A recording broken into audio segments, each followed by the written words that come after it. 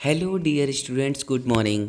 आज की वीडियो आपके लिए एसिड डाउट बेस के लिए है और आपका एसिड डाउट बेस से रिलेटेड जितना भी डाउट का कॉन्सेप्ट है वो आज बिल्कुल क्लियर होने वाला है। तो बिल्कुल नोटबुक और पेन को लेकर बैठ जाइएगा।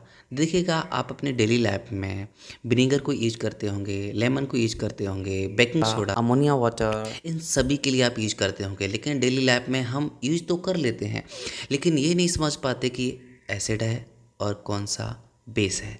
तो आज का ये वीडियो आपके लिए ही डेडिकेटेड है।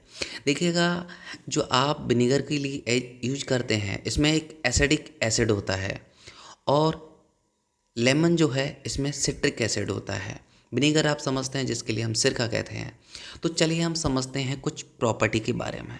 तो सबसे पहले प्रॉपर्टी को हम थोड़ा सा समझेंगे, उसके थोड़े से हम एग्जाम्पल को समझते हैं।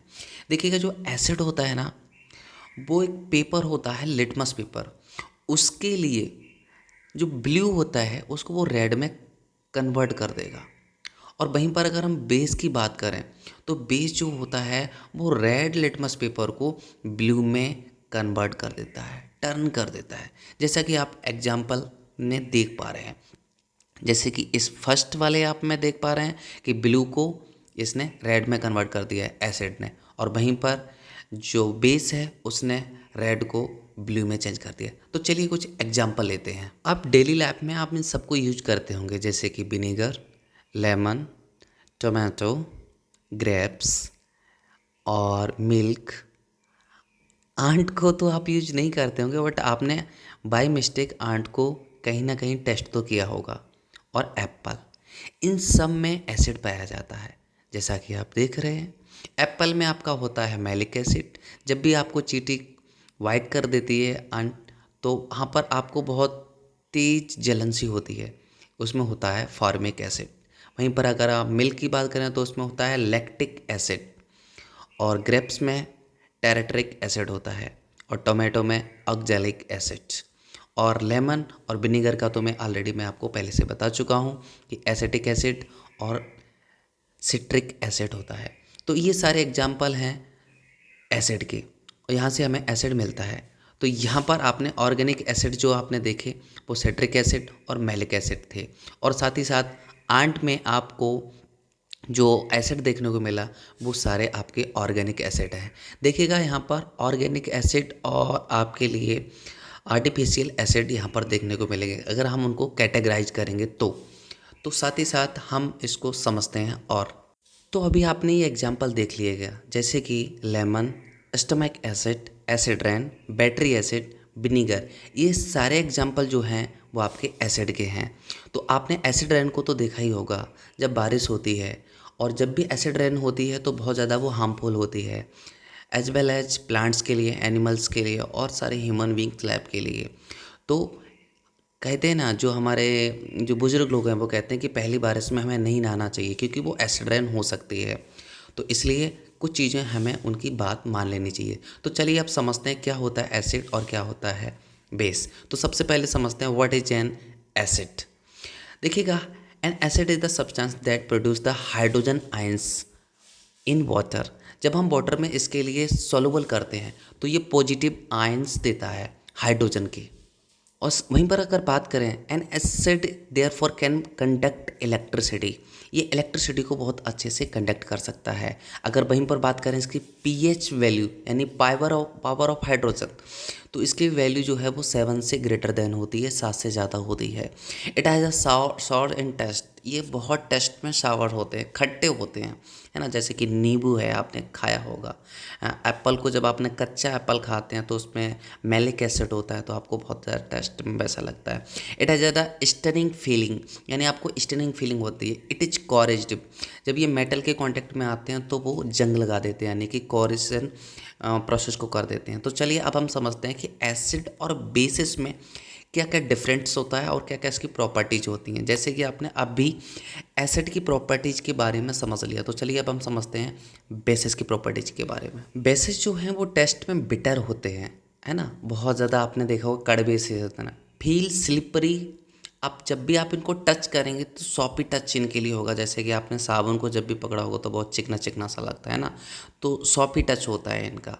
कोरेजिव ये भी होते हैं, जब भी ये मेटल के कांटेक्ट में आते हैं तो ये कोरेजन कर देते हैं, यानी कि उस पर corrosion, you know understand. Second thing है कि change litmus to blue base. अब ये जो क्या करते हैं कि जब भी इनका जो रेड लिटमस पेपर होगा वो ब्लू में इसको चेंज कर देंगे। Become a less basic pen mixed with the acid. और जब इनके लिए हम एसिड के साथ मिक्स कर देते हैं तो भी ये लेस बेसिक हो जाते हैं। ठीक है, तो चलिए अब हम कुछ समझते हैं बेसिस के यूजेस के बारे में कि डेली लाइफ में क्या यूजेस हैं। देखिएगा, बेसिस के जो एग्जांपल हैं वो अभी हमने देखे। डिटर्जेंट जो मैंने बोला था कि सोपी टच होता है इनका, baking soda, drain cleaner, ammonia, soaps जो है आप हैंड वॉश करते हैं डिश में, और एंटासिड जितने भी आप जो साबुन है कपड़े धोने का, नहाने का यूज करते हैं अपनी डेली लाइफ में, उसमें होता है बेसिस। तो अब हम समझते हैं कि उनके नाम क्या होते हैं, उनके जो केमिकल नेम्स होते हैं उनके बेसिस पे हम समझते हैं। चलिए देखिएगा, अगर यूजेस की बात करें तो सोडियम हाइड्रोक्साइड इन इजेना soft paper, oven cleaners and to the unclog drains, जिसमें इसका हम यूज करते हैं। कैल्शियम हाइड्रोक्साइड की बात करें तो is use to make cement and plaster, जिसमें हम यूज करते हैं। मैग्नीशियम एंड एल्युमिनियम हाइड्रोक्साइड की अगर हम बात करें तो are used as the anti acid to treat upset stomach. तो यहाँ पर इनका यूज किया जाता है सोडियम हाइड्रोक्साइड का, कैल्शियम हाइड्रोक्साइड का and magnesium and aluminium hydroxide का। इसमें एक चीज़ आप कॉमन देख रहे हैं कि हाइड्रो ऑक्साइड, यानी कि ये हमेशा हाइड्रो ऑक्साइड यानी कि OH नेगेटिव आयंस देते हैं। और वहीं पर अगर हम एसिड की बात करते हैं तो हमें वो हाइड्रोजन यानी कि H पॉजिटिव आयंस देते हैं। इतनी बात हमें दिमाग में बिठा लेनी चाहिए। तो चलिए अब समझते हैं कुछ स्ट्रॉन्ग एसिड के बारे में। देखिएगा, हाइड्रोजन हाइड्रेट्स एक्सेप्ट HF, इनको छोड़कर हमारा hydrochloric acid and HBr helium और nitric acid HNO3, sulphuric acid and perchloric acid and chloric acid, all ये सभी जो है वो कैसे हैं, स्ट्रॉन्ग एसिड हैं। तो चलिए हम कुछ कैटेगराइज कर लेते हैं। यहाँ पर है हमारे 6 स्ट्रॉन्ग एसिड और 6 स्ट्रॉन्ग बेसिस, जैसे कि यहाँ पर है आपका पेट्रिक acid, hydrochloric acid, hydrobromic acid और hydro iodic acid and nitric acid and sulphuric acid. इन सभी एसिड को आपको बहुत अच्छे से क्लियर कर लेना है दोस्तों, क्योंकि बहुत ज़्यादा ये इम्पोर्टेंट है। आपको ये हर हालत में एग्जाम में पूछ लिए जाते हैं, तो इसीलिए आपको हर एक कॉन्सेप्ट क्लियर होना चाहिए। वहीं पर अगर हम बात करें बेसिस की, तो बेसिस जो है lithium hydroxide, sodium hydroxide and potassium hydroxide, calcium hydroxide, strontium hydroxide and barium hydroxide. एक चीज़ हमेशा याद रखना है, मैंने आपको बताया है हाइड्रो ऑक्साइड, यानी कि ये इसकी पहचान है। जहाँ भी आपका बेसिस आ जाएगा वहाँ पर वो अपने साथ हाइड्रो ऑक्साइड ऐड करके आएगा। तो आपने यहाँ पर 6 स्ट्रॉन्ग एसिड्स के बारे में और 6 स्ट्रॉन्ग बेसिस के बारे में अच्छे से जाना।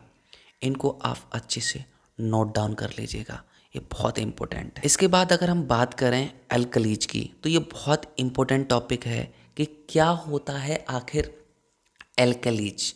तो एल्कलीज जो हैं बेसिकली ये बेसिस होते हैं। क्या होते हैं? Alkali are the dissolve form of bases, alkali are bases that were dissolve in water, यानी कि वो बेसिस जो वाटर में डिजॉल्व हो जाते हैं, घुल जाते हैं, मिल जाते हैं, उनको हम एल्कलीज कहते हैं। तो एटलीस्ट हम कह सकते हैं कि hence alkali are liquid solutions, bases are solids. तो बेसिस जो हैं वो सॉलिड्स होते हैं और अल्कलीज जो हैं वो लिक्विड सॉल्यूशन होते हैं, जिसमें इनका जो टेस्ट है वो बिटर होता है। Some weaks alkali are safe to use, जिनके लिए हम डेली लाइफ में यूज करते हैं, वो है आपका सॉफ है, टूथपेस्ट है, तो इनको हम डेली लाइफ में यूज करते हैं। स्ट्रॉन्ग अल्कली जो हैं जैसे कि कोरेजिव, फॉर एग्जांपल की अगर हम बात करें तो सोडियम हाइड्रोक्साइड, ये जो है वो स्ट्रॉन्ग बेसिस हैं, जिनके लिए हम अपनी डेली लाइफ में यूज तो करते हैं बट इनडायरेक्टली करते हैं, राइट। अब वहीं पर अगर हम बात करें कि अल्कली जो हैं वो कहाँ पर होते हैं, तो alkali are present in a many cleaning substances in our homes. Kitchen cleaners are alkaline because they are cotton ammonia or sodium hydroxide which attack the grease. Calcium hydroxide and sodium hydroxide are the strong alkalis. इनको आपको बहुत दिमाग में अच्छे से बिठा लेना है। The most recognizable and common weak alkalis is ammonia. यानी कि अगर हम वीक की बात करें तो अमोनिया है, और स्ट्रॉन्ग की बात करें तो कैल्शियम हाइड्रोक्साइड और सोडियम हाइड्रोक्साइड जो है वो स्ट्रॉन्ग अल्कलीज है, जिनको हम डेली लाइफ में यूज करते हैं। तो आपने देखा होगा टेबल पे आप फिस फिस करके जो आप कर देते हो, स्प्रे कर लेते हो, तो वो अल्कलीज है, जो वो जितने भी बैक्टीरिया हैं उनको वो फिनिश करने में हेल्प करते हैं।